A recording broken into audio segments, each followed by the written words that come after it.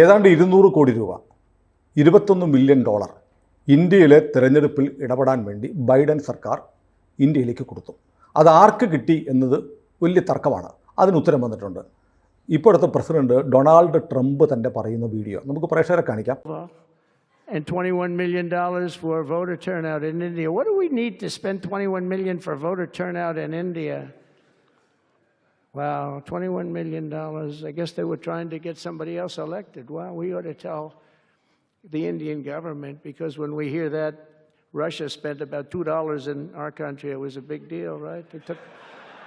ആ വീഡിയോയിൽ ട്രംപ് പറയുന്നത് ഇംഗ്ലീഷിൽ ആദ്യം പറയാം, അത് കഴിഞ്ഞ് മലയാളത്തിൽ അതിൻ്റെ പരിഭാഷയിൽ പറയാം. I guess they were trying to get somebody else elected. We have got to tell the Indian government. അവർ മറ്റാരെയോ തിരഞ്ഞെടുക്കാൻ ശ്രമിക്കുകയായിരുന്നു എന്ന് ഞാൻ ഊഹിക്കുന്നു. അതാണ് ഞങ്ങൾക്ക് ഇന്ത്യൻ ഗവൺമെൻറ്റിനോട് പറയാനുള്ളത്. അതായത് നരേന്ദ്രമോദിക്ക് പകരം മറ്റാരോ ഇവിടെ തിരഞ്ഞെടുക്കപ്പെടണമെന്നും തൻ്റെ പിൻഗാമിയായ ബൈഡൻ സർക്കാർ ആഗ്രഹിച്ചിരുന്നു. അതിനു വേണ്ടിയിട്ടാണ് $21 മില്യൺ ഇവിടുത്തെ വോട്ടിംഗ് നിരക്ക്, വോട്ട് ചെയ്യുന്ന ആളുകളുടെ എണ്ണം കൂട്ടാൻ വേണ്ടി കൊടുത്തത്. ഇതാണ് എനിക്ക് ഇന്ത്യൻ സർക്കാരിനോട്, അതായത് മോദിയോട് പറയാനുള്ളത്.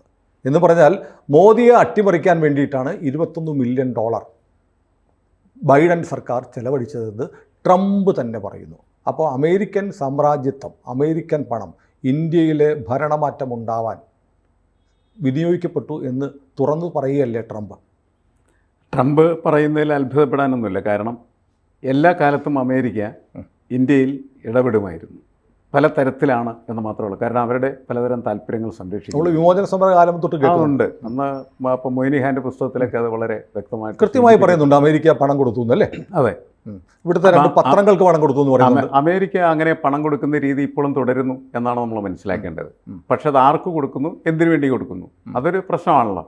കാരണം ട്രംപും അതേപോലെ തന്നെ മോദിയും തമ്മിലുള്ള സൗഹൃദത്തിൻ്റെ പശ്ചാത്തലത്തിലാണ് ട്രംപ് പറയുന്നത്, നിങ്ങളെ മാറ്റാനാണ് ഞങ്ങളുടെ സർക്കാർ ഇത്രയും പണം ഇന്ത്യക്ക് കൊടുത്തിരിക്കുന്നത്, അതിന് തുടരാനാവില്ല എന്നുള്ള സമീപനം. അതെ അല്ലെ, അതാണ് അതിൻ്റെ അടിസ്ഥാനത്തിലാണ് അങ്ങനെ പറയുന്നത്. ഇനി തരില്ല, ഒറ്റ പൈസ തരില്ല എന്ന് പറയുന്നതിൻ്റെ അടിസ്ഥാനത്തിലാണ്. പക്ഷേ എന്തിനാണ് അമേരിക്കൻ സാമ്രാജ്യം ഇങ്ങനെ ഇന്ത്യൻ രാഷ്ട്രീയത്തിൽ ഇടപെടുന്നതിന് വേണ്ടിയിട്ട്? നമ്മൾക്ക് സ്വാതന്ത്ര്യം കിട്ടിയ ആ കാലഘട്ടം മുതൽ ആരംഭിച്ചൊരു പ്രക്രിയയാണ് എന്നാണ് ഞാൻ മനസ്സിലാക്കുന്നത്. പല വിഷയങ്ങളിലും അവർ, കേരളത്തിലാണെന്ന് വെച്ചാൽ വിമോചന സമരം, അതേപോലെ തന്നെ എടപ്പള്ളി പോലീസ് സ്റ്റേഷൻ ആക്രമണം, അതിലുമൊക്കെ അവരുടെ കൈകളുണ്ടായിരുന്നു എന്നാണ് കുറച്ചു കാലം മുമ്പ് പുറത്തു വന്നിരിക്കുന്ന ചില രേഖകൾ മനസ്സിലാക്കുന്നത്.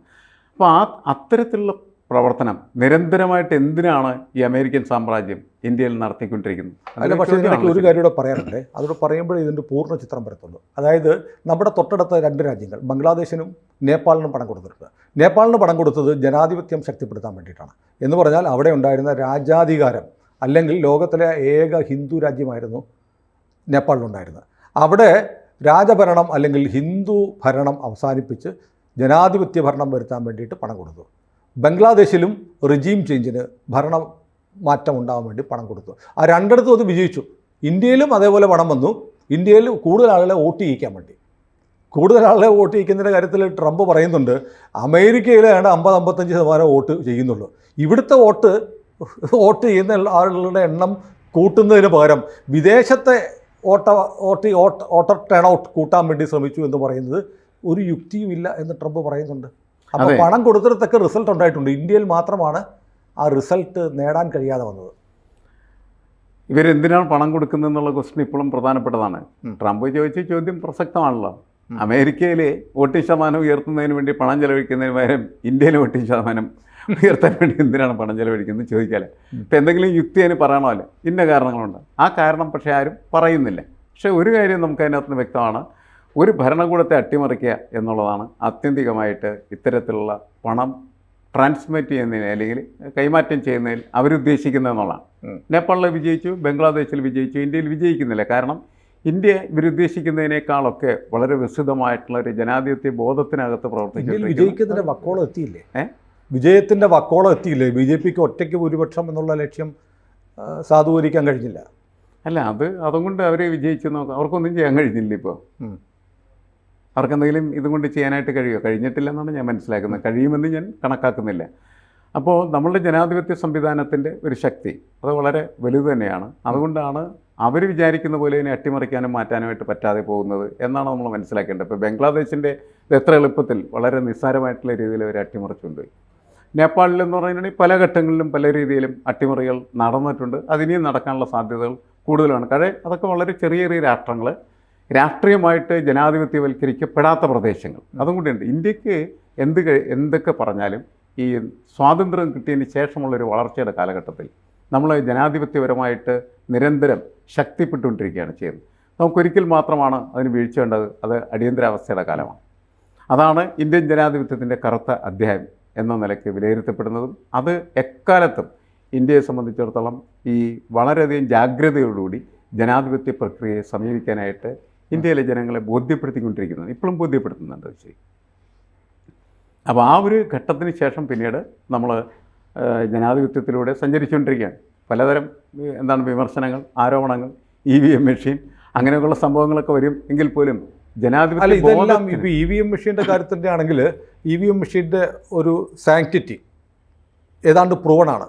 തെരഞ്ഞെടുപ്പ് കമ്മീഷൻ പരസ്യമായി വെല്ലുവിളിച്ചു, വരൂ ആർക്കും വന്നു ഞങ്ങളുടെ മുന്നിൽ ടാമ്പർ ചെയ്യാൻ പറഞ്ഞു. അതെ, ഞാൻ പറയുന്നത് അതിനൊന്നുമില്ല. സുപ്രീം കോടതിയും പല പ്രാവശ്യം പറഞ്ഞു. ഒടുവിൽ സുപ്രീം കോടതി ചോദിച്ചു, നിങ്ങൾ തോക്കുമ്പോൾ മാത്രം മെഷീൻ മോശവും ജയിക്കുമ്പോൾ കുഴപ്പമില്ലാതെ പറയുന്നത് നാണമല്ലേ എന്ന് ചോദിച്ചു.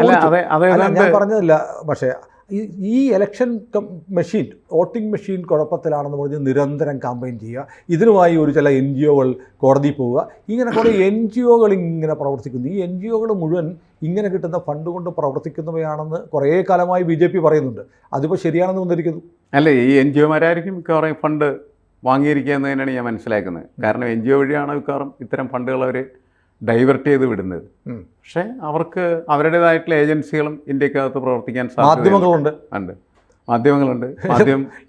ഈ ഫണ്ടിനെ കുറിച്ചുള്ള വാർത്തകൾ വന്നപ്പോൾ ശ്രദ്ധിച്ചായിരുന്നോ?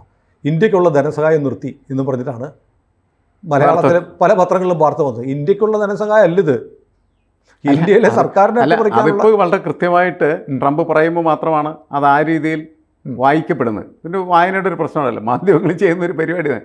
ഇന്ത്യക്കുള്ള സഹായം നിർത്തി എന്ന് പറഞ്ഞാൽ ട്രംപ് എന്ത് ചെയ്തു? മോദിയെ സഹായിക്കുന്നില്ല. അവരർത്ഥത്തിൽ അത് വായിച്ചാൽ മതി എന്ന് എഴുതിയാണ് അത്രം കൊടുക്കുന്നത്. പക്ഷെ ഇതാണ് ട്രംപ് പറഞ്ഞത് തൊട്ട് ട്രംപ് വളരെ ക്ലാരിഫൈ ചെയ്തത് വാർത്തയാക്കിയതുമില്ല. അതെ, ക്ലാരിഫൈ ചെയ്ത് കഴിഞ്ഞപ്പോൾ വളരെ കൃത്യമായിട്ട് ഇപ്പോൾ ഇനിയിപ്പോൾ വരുന്ന ചർച്ചകൾ പക്ഷേ ഓരോരുത്തരുടെ താല്പര്യത്തിനനുസരിച്ച് അതാത് വിഷയങ്ങൾ മാത്രമാണ് ഇങ്ങനെ എന്ത് ചെയ്യുന്നത്, ഹൈപ്പ് കൊടുക്കുന്നത്. ബാക്കിയുള്ള വാർത്തകളൊക്കെ മുങ്ങിപ്പോവുകയാണല്ലോ ചെയ്യുന്നത്. ഇല്ല, ഞാനിപ്പോൾ അങ്ങയുടെ ഒരു അഭിപ്രായം ചോദിക്കട്ടെ. നമ്മളിപ്പോൾ ആദ്യത്തെ കമ്മ്യൂണിസ്റ്റ് സർക്കാരിനെ അട്ടിമറിച്ചു എന്ന് പറയുന്നൊരു സംഭവം ഉണ്ടല്ലോ, അതിനകത്ത് ഈ അമേരിക്കൻ ഫണ്ട് വന്നു എന്ന് പറയുന്നത് ശരിയാണോ? അല്ല, നമ്മൾ അന്നത്തെ ചരിത്രരേഖകളൊക്കെ വായിക്കുന്ന സമയത്ത് അന്ന് അമേരിക്കയുടെ പ്രധാനപ്പെട്ട ലക്ഷ്യം എന്ന് പറയുന്നത് കമ്മ്യൂണിസത്തെ ഇല്ലാതാക്കുക എന്നുള്ളത്. അപ്പോൾ അതിനെവിടെയൊക്കെയാണ് ഫണ്ട് കൊടുക്കേണ്ടത് അവിടെയൊക്കെ ഫണ്ട് കൊടുത്ത് അതിനെ ഇല്ലാതാക്കാനുള്ള ശ്രമങ്ങൾ നടത്തിയിരുന്നു എന്നുള്ളതാണ്. അങ്ങനെ തന്നെയാണ് ഞാനും അതിൻ്റെ അകത്ത് മനസ്സിലാക്കുന്നത്.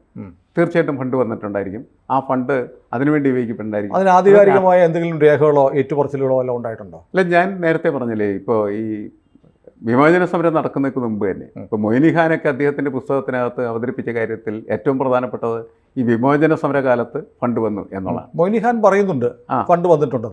അപ്പോൾ ഞാൻ പറഞ്ഞില്ലേ, ഞാൻ ഈ എടപ്പള്ളി പോലീസ് സ്റ്റേഷൻ അക്രമ കേസുമായിട്ട് ബന്ധപ്പെട്ട് രേഖകൾ പരിശോധിച്ച സമയത്ത് 1950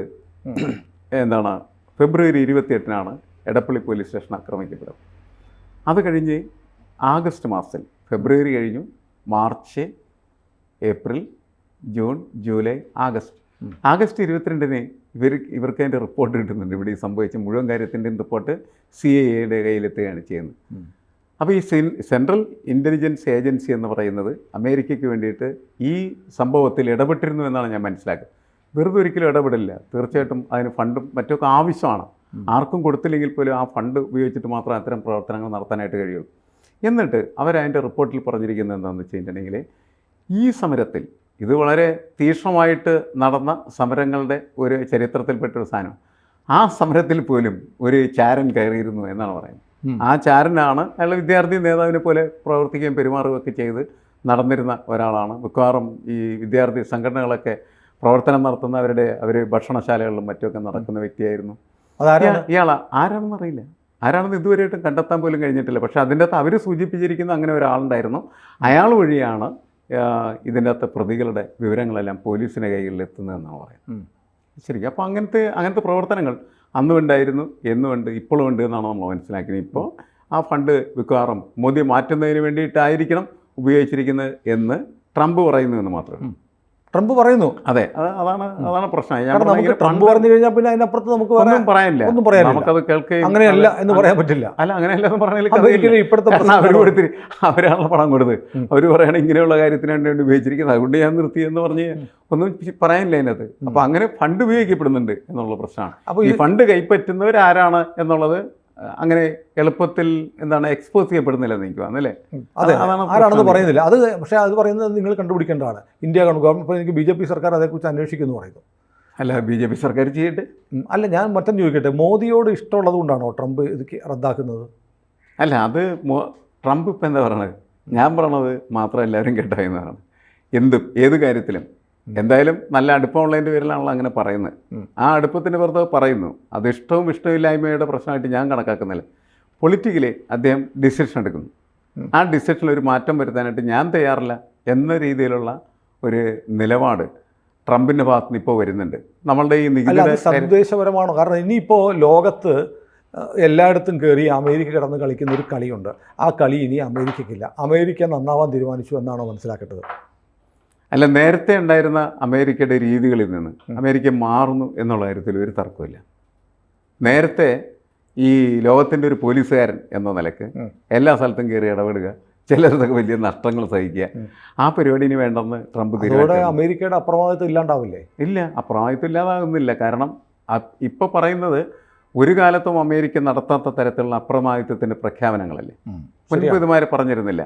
മനസ്സിലായി? ഇപ്പോൾ എനിക്ക് പല രാജ്യങ്ങളും വേണമെന്നാണ് പറയുന്നത്. ഗ്രീൻലാൻഡ് വേണം, പനാമ വേണം, എല്ലാം കാനഡ വേണം. അങ്ങനെ മുമ്പ് ഒരാൾ ഗസ വേണം. അമേരിക്കയിൽ ഒറ്റ പ്രസിഡന്റും ഇതുമാതിരി സംസാരിച്ചിട്ടില്ല മുമ്പ്. ഒരു സാമ്രാജ്യത്വം ആദ്യമായിട്ട് അദ്ദേഹം പറയണം, നിങ്ങളൊക്കെ ഞാൻ പറഞ്ഞത് കേട്ടാൽ മതി. ആ രീതിയിൽ കാര്യങ്ങൾ കൊണ്ടുപോകുന്ന ഒരു അമേരിക്കൻ പ്രസിഡന്റ് നമ്മളിപ്പോൾ കാണാം. കേട്ടാൽ മതി എന്ന് പറഞ്ഞാൽ ഞാനിങ്ങ് എടുക്കുവാന്നാണ് പറയുന്നത്. അത് ഗസയുടെ കാര്യത്തിലൊക്കെ അതല്ലേ പറയുന്നത്. അത് നമ്മളെടുത്ത് അത് ടൂറിസ്റ്റ് കേന്ദ്രമാക്കും, ഈ പിള്ളേരൊക്കെ എവിടെയെങ്കിലും പറക്കി കൊണ്ടുവെക്കാനാണ്. ഇങ്ങനെയൊക്കെ പറയുന്ന ആളുകൾ ഒരിക്കലും അമേരിക്കയുടെ പ്രസിഡന്റായിട്ട് മുമ്പ് വന്നിട്ടില്ല.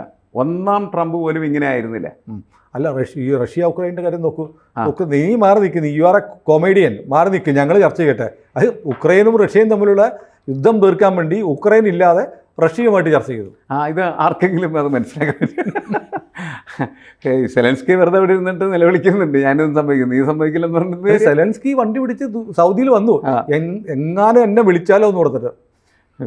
വിളിച്ചില്ലെന്ന് മാത്രമല്ല, ഇത് അത്തരത്തിൽ ഉള്ള ഒരു സമീപനം മുമ്പ് ഒരു സ്ഥലത്തും ഉണ്ടായിട്ടില്ല എന്നാണ് ഞാൻ മനസ്സിലാക്കുന്നത്. പുതിയ ഒരു സംഭവമായിട്ടാണ്. സെലൻസ്കി ഇന്നലെ വല്ലാതെ ആക്ഷേപിച്ചു. കൊമേഡിയനാണ്, ഡിക്റ്റേറ്ററാണ് എന്നൊക്കെ പറഞ്ഞു. കോമാളി എന്ന് വിളിച്ചു ഇന്നലെ. അപ്പോൾ പക്ഷേ ട്രംപിന് മോദിയുടെ ഒരു മമതയുണ്ടെന്ന് തോന്നുന്നു അല്ലേ? അല്ല, മോദി അങ്ങനെ വ്യക്തിപരമായിട്ട് മോശമായിട്ടും സംസാരിച്ചിട്ടില്ല. എന്നാലും കുറേ കാലത്തുള്ള സൗഹൃദത്തിൻ്റെ പ്രശ്നങ്ങൾ നിലനിൽക്കുന്നുണ്ട്. പക്ഷേ ട്രംപ് പറയുന്ന ഇതാണ്, സൗഹൃദം ഞങ്ങൾ തമ്മിലാണ്, പക്ഷേ എൻ്റെ നയങ്ങളൊന്നും മാറ്റി വരുത്തില്ല എന്ന് പറയുന്നത്. കാരണം ടാക്സ് നമുക്ക് കിട്ടും എന്ന് കൂട്ടിയാൽ ഞാനും കൂട്ടും, നീ കുറച്ചാൽ ഞാനും കുറയ്ക്കും, അങ്ങനത്തെ ഒരു സമീപനമുള്ളൂ എന്ന് പറയുന്നത്. ഏതായാലും എനിക്ക് തോന്നുന്നു നമ്മൾ ഈ ഇന്ത്യയിലെ ജനാധിപത്യ പ്രക്രിയയിൽ ഇടപെടാൻ വേണ്ടി അമേരിക്ക കാലങ്ങളായി ഫണ്ട് കൊടുക്കുന്നുണ്ടെന്നുള്ള കേട്ടുകേടുകയായിരുന്നു. ആദ്യമായി അമേരിക്കയുടെ ഒരു പ്രസിഡന്റ് അത് സ്ഥിരീകരിക്കുന്നു. അത് നിലവിലുള്ള മോദി സർക്കാരിനെ വീഴിക്കാനായിരുന്നു, നിങ്ങളത് അന്വേഷിക്കണമെന്ന് മോദിയോട് പറയുകയാണ്. അതൊരു വലിയ മാറ്റമാണ്. ഇനിയിപ്പോൾ എന്ത് സംഭവിക്കുമെന്ന് കാത്തിരുന്ന് കാണാം. അല്ല, ട്രംപ് കുറേ കൂടി ബ്ലണ്ടായിട്ട് ഓപ്പൺ ബുക്കായി മാറുകയാണ്. ഞാനിതൊക്കെയാണ്, സൗകര്യം ഉണ്ടെങ്കിൽ സ്വീകരിച്ചാൽ മതി എന്നുള്ള സമീപനം. ആ രീതിയിൽ എല്ലാ കാര്യങ്ങളും പറയുന്ന ഒരു രീതിയിലേക്ക് പുതുതായിട്ട് എത്തിയിട്ടുണ്ട്. നല്ലതാണോ ചീത്തയാണെന്നൊക്കെ കുറച്ച് കഴിഞ്ഞതിന് ശേഷം മനസ്സിലാക്കും, കാലം തീരുമാനിക്കണ്ടായിരുന്നു. കൂടുതൽ വാർത്തകളും വിശേഷങ്ങളും നിങ്ങളിലേക്ക് എത്താൻ ABC മലയാളം സബ്സ്ക്രൈബ് ചെയ്യുക, ബെൽബട്ടനും അമർത്തുക.